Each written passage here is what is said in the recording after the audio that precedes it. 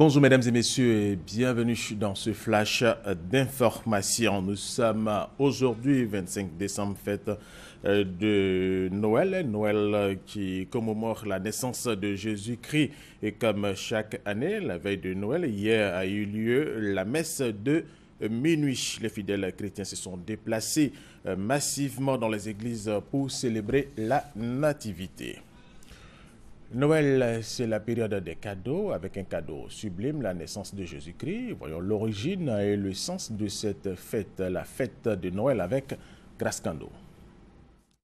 Selon la doctrine de l'Église catholique, le temps de l'Avent est un moment de préparation spirituelle pour accueillir la naissance du Messie Jésus. Après 4 semaines de préparation intense, les chrétiens célèbrent la fête de Noël cette nuit. Un événement qui est d'une importance capitale.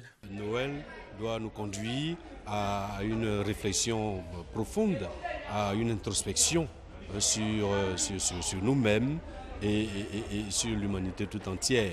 C'est pour cela que ce soir, le peuple chrétien tout entier, l'Église tout entière veille, à cette veille de Noël, prie, médite, et avec les bergers dans la campagne de Bethléem, n'est-ce pas, vont admirer la merveille que Dieu a réalisée dans l'enfant Jésus, couché dans la mangeoire, couché dans la crèche.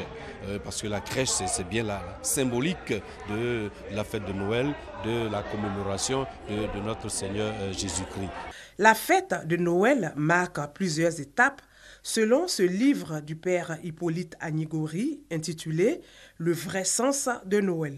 La première partie de cet ouvrage va parler évidemment des divinités et des festivités qui prévalaient dans le solstice d'hiver. La deuxième partie va étayer la thèse chrétienne qui va exploiter la date du 25 décembre et va mettre en exergue la déstabilisation de ce soleil invincible par les rayons solaires du Christ, le premier-né avant toute créature.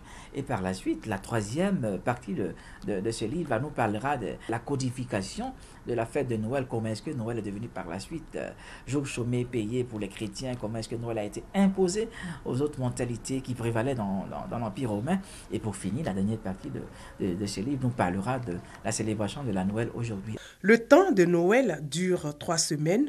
Il court de la nuit de Noël jusqu'au baptême du Christ, commémoré le 10 janvier prochain. Après Noël, ce sera la Saint-Sylvestre. En cette fête, en cette période donc de fin d'année, s'offrir un repas en famille ou entre amis fait partie des priorités. Des efforts sont donc faits par tous pour s'offrir des meilleurs repas, mais cela n'est pas toujours aisé. Nous y reviendrons à 13h.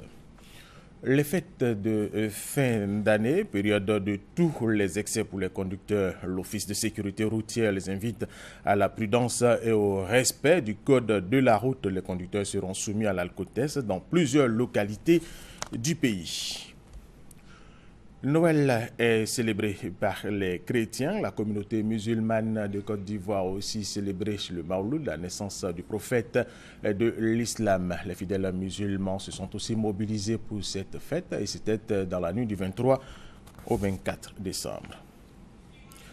Le Conseil de sécurité de l'Organisation des Nations Unies a adopté une résolution qui soutient le futur gouvernement libyen d'union nationale prévu par l'accord de Cheirat signé au Maroc par les belligérants. Une résolution qui demande aux pays membres de l'ONU d'aider la Libye à redevenir stable.